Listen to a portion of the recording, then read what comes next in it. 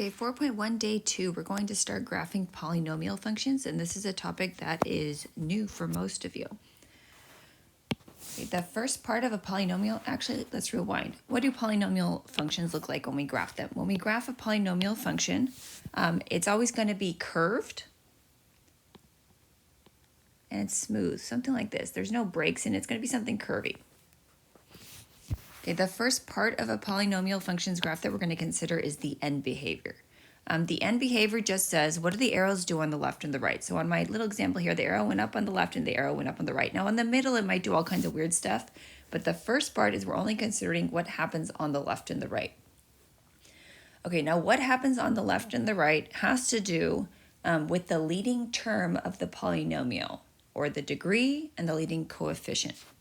Okay, so for this first graph here, this has an even degree and a leading coefficient that is positive.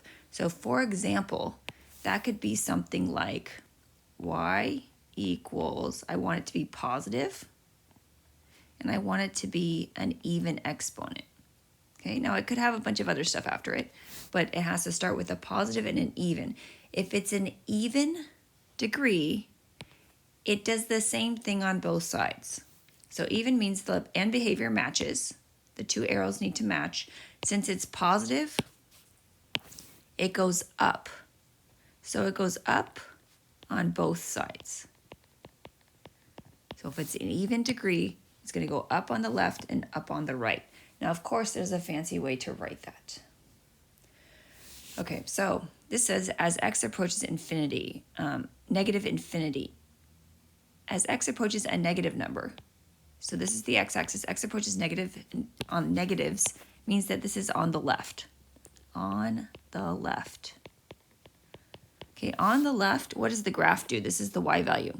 On the left, the graph goes up. Since it's going up, the y value is going to positive infinity, and this means up. Okay, on the left, the graph goes up.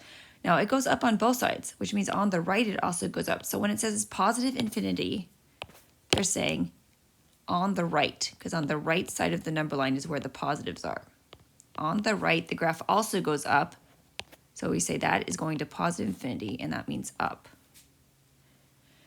Okay, now if I have a graph that is still even degree, but instead the leading coefficient is negative. So for example, y equals negative 3x to this, let's do 8th. But it could have a bunch of stuff after it. Okay, even degree is the exponent. Even means they match on both sides. Since it's negative, it's going to go down. Since it's even, it goes down on both sides. And you can see here, it's going down on the left and down on the right. Okay, the way we write that, we're saying on the left, I want to say the graph goes down. Negative infinity means it goes down. Okay, as x approaches positive infinity, on the x means the number line. On the number line, the positives are on the right. So on the right, the graph also goes down. Negative infinity. Okay, both of these had even degree. Let's look at odd. Okay, now if it's an odd degree, it might be something like this. Actually, does this have a positive? It has a positive. So maybe 3x to the 5th, the exponent's odd, plus a bunch of stuff. If it's an odd, it does not match on the left and the right. One side goes up, one side goes down. Odd is a mismatch. Okay, if it's positive, it goes up on the right, down on left. And I'd like to think of it as a positive slope. Positive slope is down to up. Down to up. A linear function is actually odd. So down to up. Down on the left, up on the right. You know, in the fancy limit notation, as x approaches negative infinity, on the number line, the negatives are on the left. So on the left side, this graph goes down. To say down, we say negative infinity. Okay, the second statement is x approaches positive infinity. So this is saying on the number line, the positives, they're on the right side. So on the right side, this graph goes up. To say up, we say positive infinity. Okay, one more rule. Okay, odd Odd means they're not going to match. One up, one down. Okay, the coefficient is negative. So this is something like y equals negative 3x to the, let's do 7. Odd, negative. Odd, mismatch, negative actually means it's going to go down on the right. Or it has like a negative slope. A line with negative slope starts high, goes down. This is going to be up on the left, down, right. It's like a negative slope. Starts high, goes down. Okay, as x approaches negative infinity, remember that means on the left, what does the graph do? It goes up, which means it goes to positive infinity. Okay, as x approaches positive infinity, on the number line, the positives are on the right side. So on the right side, this graph is going down. So to say down, we say f of x is approaching negative infinity. Okay, let's try some examples where we just read the end behavior, and then we'll actually put it with the graph so you can see why it's useful to us. Okay, so we're going to describe the end behavior of this polynomial function. Before we do the end behavior, we're going to look at the degree and the leading coefficient. So for a, f of x equals negative 0.5 x to the fourth plus 2x to the third minus 1. I want the highest degree term, which is this one. That's the highest exponent. If it's not in standard form, it won't be first, so be careful. Okay, now I'm going to ignore the rest because I only care about the highest degree. Okay, now what's the degree here?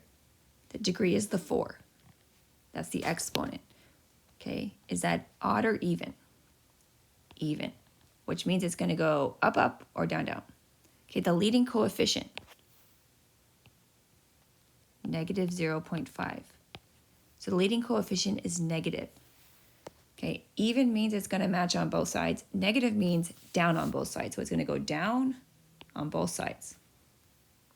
Down both sides. Even matching negative down.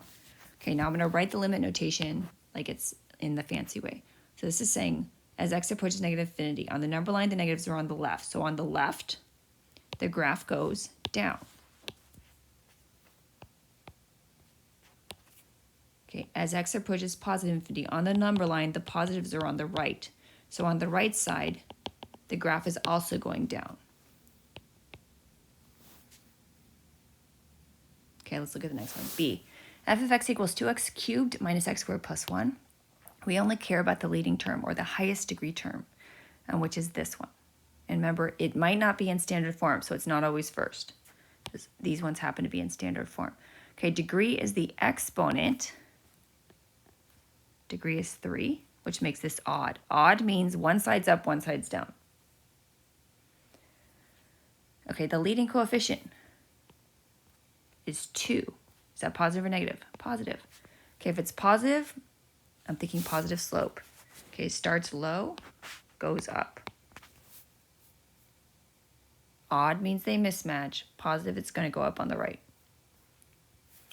Okay, now, as x approaches negative infinity, on the left, what's the arrow pointing?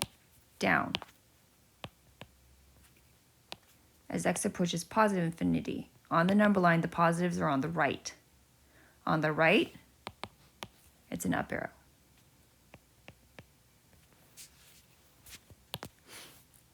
Let's try a couple more, and then we'll get to the graphs. Okay, leading term, only the highest degree. Degree, 5, which is odd. Odd, it's going to mismatch, one up, one down. The leading coefficient is the negative 7, which means it's negative. If it's negative, negative slope, or down on the right. Okay, as x approaches negative infinity, on the left, we have an up arrow. As x approaches positive infinity, on the right, we have a down arrow. Okay, D, f of x equals negative x squared plus 5. Degree, 2, which is even. Okay, leading coefficient, it's negative 1. We just care that it's negative, though. Even means it's going to match on both sides. Negative means it goes down on both sides, which actually makes sense because this is actually a parabola that moved up 5. So it would actually look exactly like that. Okay, on the left, the graph goes down. On the right, the graph goes down. Okay, now we're going to try to graph.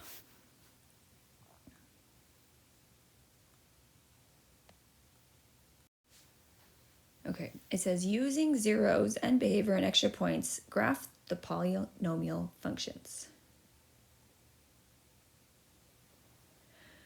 Okay, this is the polynomial they're giving me. Let's look at the information they've given me. They're telling me the zeros. Okay, let's see, what are zeros? X equals -3, x equals -2, and x equals 0. When they say zeros, they're giving me the x-intercepts. So they're already giving me 3 points to graph. So I'm going to plot the zeros. Okay, x-intercepts, -3, 0. It's a sketch, so I'm just going to guess. -1, -2, -3. Maybe over here. If it's small, you could put the little dots there. I'm going to label it because this graph has no marks on it. Okay, -3, 0. What's the next one? 2, 0. 2, 0. And 0, 0. Okay, so I already have 3 points on my graph. This is a polynomial. So the graph is probably going to go, it might go like this. It might go like this. It's going to do something that's going to hit those 3 points. Okay, part 2. Graph the end behavior. Okay, the end behavior depends on the leading term. So now I'm going to only look at -x to the third. The degree, odd, because it's x to the third. The coefficient, negative.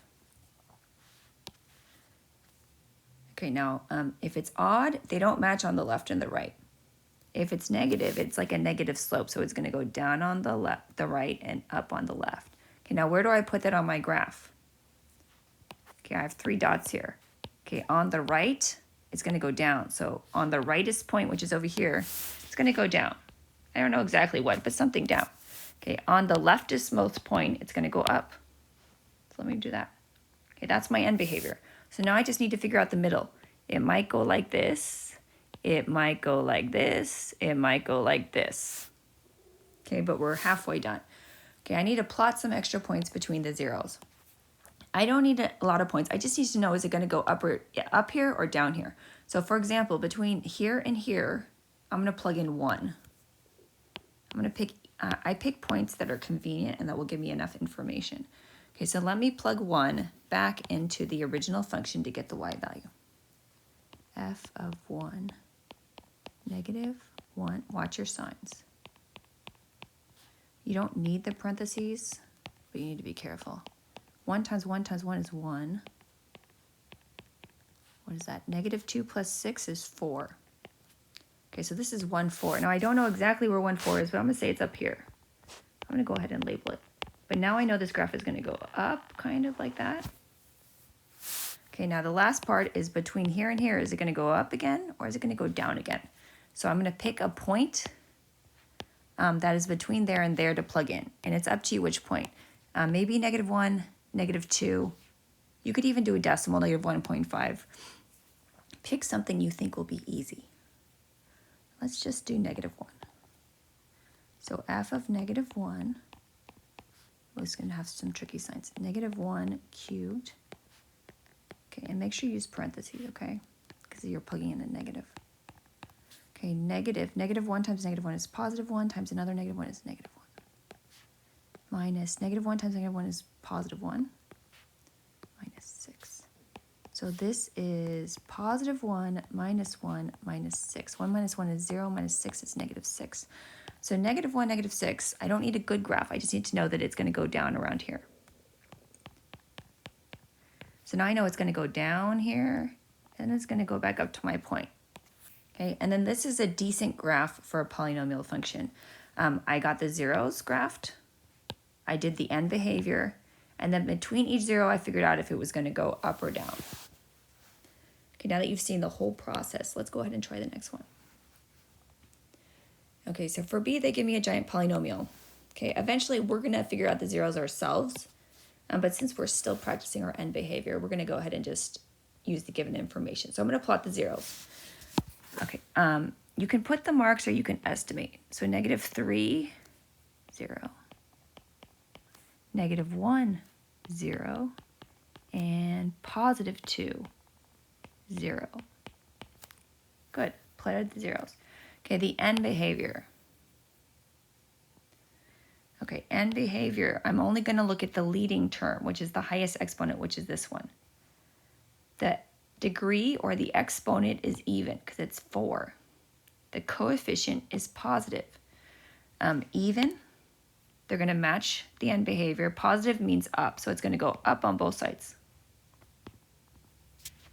Okay, so I'm going to go furthest to the left and kind of make the graph go up, furthest to the right and kind of make the graph go up. Okay, I don't know what's happening in the middle, but I know far left is up, far right is up. So now I just need to figure out, in between here and there, is it going to go up or is it going to go down, up or down? Okay, so I want to pick some points carefully.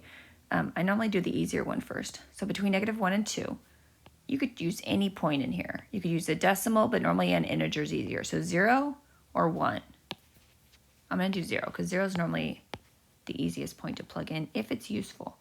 So g of 0. Okay, I'll show you why 0 is easiest because you can normally do it in your head. I'm going to plug it in for the sake of our notes. But after that, you're going to probably do it in your head. Okay, the reason it's easy is if I do 0 to the 4th, I get 0. 0 times 0 is 0. 18 times 0 squared, 0. 0, 24.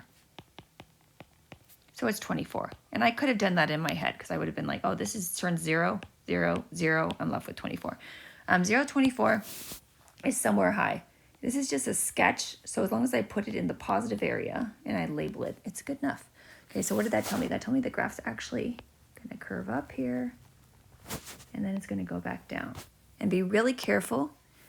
Your zeros are -3, -1, and 2. It cannot hit the axis any other place.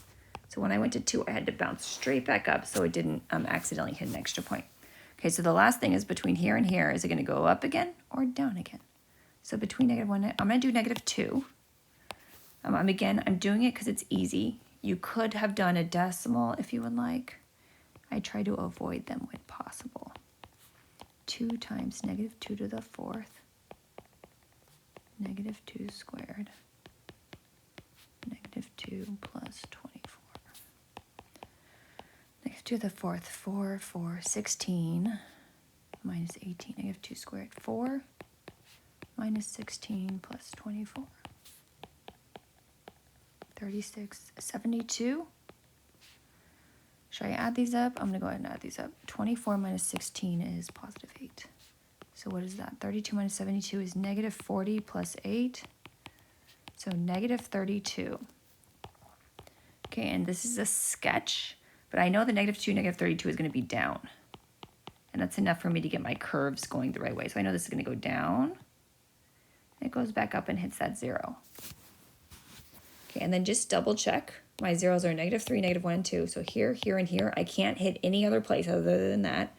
The end behavior was even and positive, so it went up, up. And then I know that from here to here, it had to go up, and here to here, it had to go down. Okay, go ahead and try the practice graphs, doing all the steps we just did. If you get stuck, unpause the video, but really try it on your own so you can see where you're going to get stuck, if you're going to get stuck. Okay, I graphed my zeros, -3, 0, and 3. For my end behavior, it was odd with a positive coefficient, so it's like a positive slope. It's going to go up on the right. So on the far right, I'm going to make it go up. It's going to go down on the left. Okay, I'm going to pick some points in between. So between 0 and 3, I might pick 1, I might pick 2. Whichever one looks easier is the one you will plug in. I think 1 is easier. But if you think 2 is easier, plug in 2, and our graphs will be similar, even though they're not the exact same. Okay, for each of 1, I got -16. So I'm just going to estimate maybe 1's here, -16's down here somewhere. Just enough so I have verified that the graph is going to go down between x is 0 and x is 3. So something like this. If you plugged in 2, your graph also goes down. Our curves won't be exact, but we're both going to be going down. Okay, now from here to here, -3 and 0, I'm going to pick a point, -1, -2. I'm going to plug -2 in. And again, -1 in. And the only reason I'm picking -1 1 is because I think it's a little easier than negative 2. Some people think negative 2 is easier. Whichever one is easier for you is fine. Okay, for h of negative 1, I got positive 16, so it's going to go up. Okay, so this must go up this way and down this way. So your graph should be similar to this. You should have the zeros. Same end behavior, and it should kind of go up, down, up. Okay, go ahead and try the last one. Okay, so far I have plotted my zeros, negative 3, negative 1, and 2. This is degree 4, so even with a negative coefficient, so it's going to go down on both sides. So I did my down on both sides. I just need to figure out what's going to happen between the zeros. Between negative 1 and 2, I could do 0, I could do 1, I could do a decimal. I'm going to do 0. And again, it's because 0 is very easy for me. If you can plug 0 in your head, I'm fine with it. Let's look at it to show how I would do that. If I plug in 0 here, 0 to the 4th is 0, 0, 0, 11 times 0 is 0, plus 6. So h of 0 is just 6. If you would rather plug in 1, that's fine. 1 is not that hard either. So whichever one's easier for you. Either way, your graph should go up and then come down to the negative 1. Okay, between negative 1 and negative 3, pick a point to plug in. I'm going to pick negative 2. Okay, h of negative 2 is a tough one, but I got h of negative 2 is 4. Okay, check your work. You can always use a calculator to verify. So negative 2, 4 is up here somewhere. It's just a sketch. I just want to know that the graph is going to come up here and then go down. So check your graph. You could have plugged in a different point, but it should still start down, go through negative 3. There's an up hump, hits negative 1. There's another up hump, goes through 2, and then goes down. Okay, and you should be graphing these by hand, but if you ever want to verify your answer, you could always check it on Desmos. But just remember, you're going to have to do it on your own on your test.